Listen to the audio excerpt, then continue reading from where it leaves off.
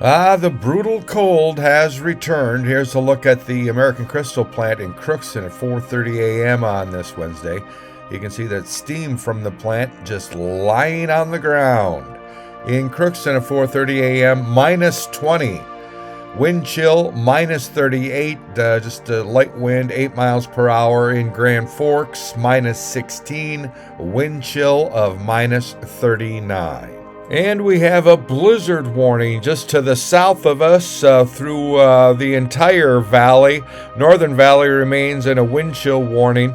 Blizzard warning in effect from 6 p.m. this Wednesday evening to noon on Thursday.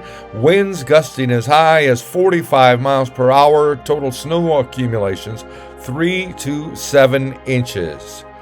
Travel will be very difficult. Widespread blowing snow will significantly reduce visibility. Hazardous conditions will impact the morning or evening commute. Dangerously cold wind chills as low as 45 below zero will cause frostbite on exposed skin in as little as 10 minutes. Again, that blizzard warning goes into effect at 6 p.m. this Wednesday evening until noon Thursday.